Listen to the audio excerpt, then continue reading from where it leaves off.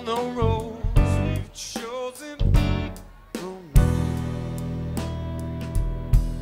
See, I wanna write you a love song. Always so tempting to get carried away, but you took me so sweetly that you're keeping your feet. And girl, I ain't gonna lay down in your arms. It's actually recording the sounds within my brain. I had a long night of drinking last night. So my next guest is here, hello, Dr. Reggie Ray. He's a senior Buddhist teacher in the tradition of Chogyam Trungpa. And while he's not very self-promotional, we've arranged his latest and his greatest books here. All his latest is Touching Enlightenment, and we're here to talk about that, so it probably won't even come up. Dr. Reggie Ray, welcome. Thank you. Thank you, Wayne. Yeah.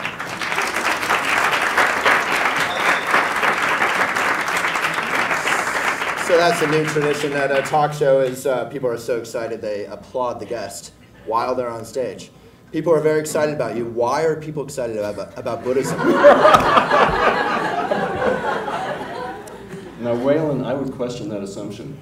What makes you think people are excited about Buddhism? Well, they just clap because a kind of older guy in a coat is sitting up on a talking with me. Waylon, listen to me, man.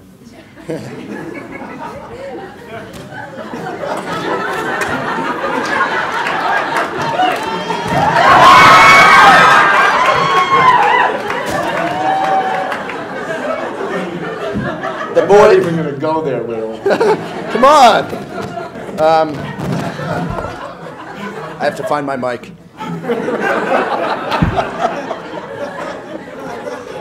So this is actually a challenging interview for me. They all are because I'm bad at them. You know, Waylon, it's almost half over. Okay, good. But you're someone who people love to hear you talk. Has he been drinking back there? I don't know what to do with this. Okay. Can you edit this, by the way? I don't know what to do, Alex. I'm helpless. Huh? Finally, you're helpless. Nah. Waylon, this is a breakthrough.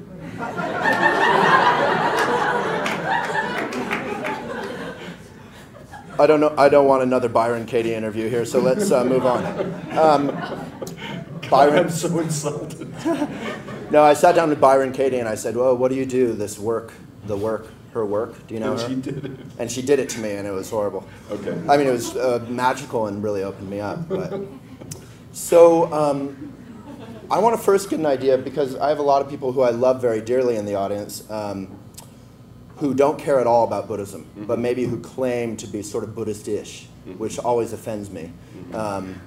Because Buddhism isn't a lifestyle. You know, it doesn't, just like being a hippie, you can't be a hippie with dreads driving an SUV. You can't be Buddhist-ish and actually know nothing about it, except for that it's kind of Eastern and peaceful. So for people who I care about deeply, without proselytizing, why do we care about Dharma? Well, as you know, Buddhism came into this culture through a number of different Asian traditions. And my generation was mesmerized by Tibetans, Japanese, Chinese Buddhists, South Asian Buddhists.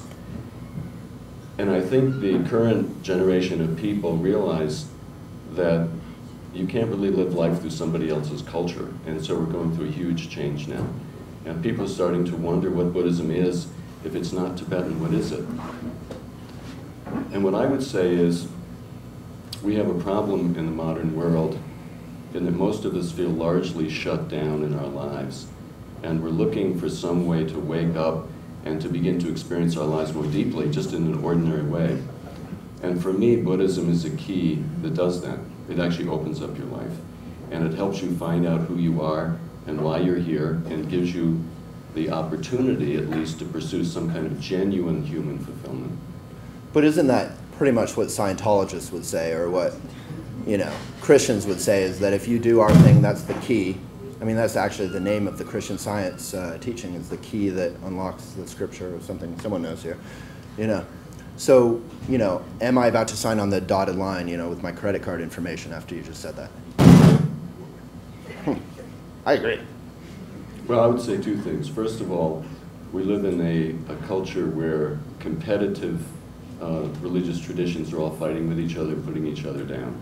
I think we have to begin from the premise that human beings are spiritual at their root. And what is spirituality? Spirituality is trying to live life to the fullest. And many different traditions have many different insights. And I don't particularly feel people have to sign up with any particular organized religion in order to develop fully in a spiritual way. So that's one thing. But the other thing is we live in a culture where people think that ideas change you. And one of the